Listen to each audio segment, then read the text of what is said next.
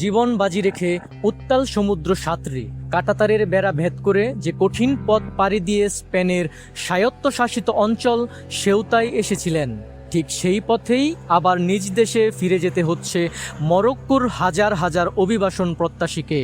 মানব পাচারকারীদের ছড়ানো গুজবের ফাঁদে পা দিয়ে গত শুক্রবার স্পেনের এই সীমান্তবর্তী শহরে ঢুকে পড়েছিলেন ৬০,০০০-এর বেশি মানুষ। তবে শেষ পর্যন্ত তাদের সেই স্বপ্ন টিকে থাকেনি। সেনাবাহিনী ও স্থানীয় পুলিশের কঠোর পদক্ষেপে মাত্র একদিনেই ফেরত পাঠানো হয়েছে ৪৮,০০০-এরও বেশি অভিবাসন প্রত্যাশীকে। বেসরকারি হিসাব অনুযায়ী এই সংখ্যা প্রায় ৫০,০০০। ফিরে যাওয়ার পথে নিজেদের চরম হতাশা ও আক্ষেপের কথা জানিয়েছেন এই অভিবাসন প্রত্যাশী। নিজ দেশের তীব্র কাজের সংকট আর অর্থনৈতিক দুরবস্থার সঙ্গে লড়তে লড়তে এক কাপড়ে দেশ ছেড়েছিলেন তারা। বুকে ছিল দিনবদলের স্বপ্ন আর উন্নত জীবনের আশা।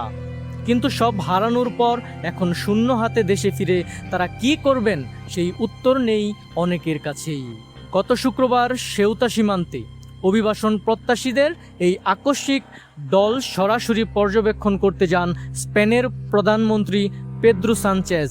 ইউরোপীয় ইউনিয়ন এবং সংশ্লিষ্ট অঞ্চলের বিভিন্ন দেশের সমালোচনা ও উদ্বেগের মুখে তিনি শান্তিপূর্ণভাবে অভিবাসন প্রত্যাশীদের ফেরত পাঠানোর নির্দেশ দেন। তিনি স্পষ্ট ভাষায় দাবি করেন, অভিবাসীদের এই অনুপ্রবেশ স্পেনের অখণ্ডতার এক স্পষ্ট লঙ্ঘন। এদিকে স্প্যানিশ প্রশাসনের অভিবাসন নীতি নিয়ে মন্তব্য করতে ছাড়েননি মার্কিন যুক্তরাষ্ট্রসহ আন্তর্জাতিক মহল।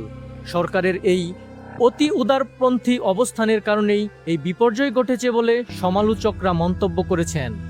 বিশ্লেষকদের মতে স্পেনের সেউতা এবং মেলিলা এই দুটি ছিটমহল বর্তমানে মরক্কো ও স্পেনের কূটনৈতিক সম্পর্কের ফাটলের মূল কেন্দ্রে পরিণত হয়েছে। আফ্রিকা মহাদেশের সঙ্গে ইউরোপীয় ইউনিয়নের একমাত্র স্থল সীমান্ত হওয়ায় এই সেউতা রুট দিয়েই বছরের পর বছর ধরে ইউরোপে প্রবেশ করার চেষ্টা করে আসছে হাজার হাজার অভিবাসন প্রত্যাশী।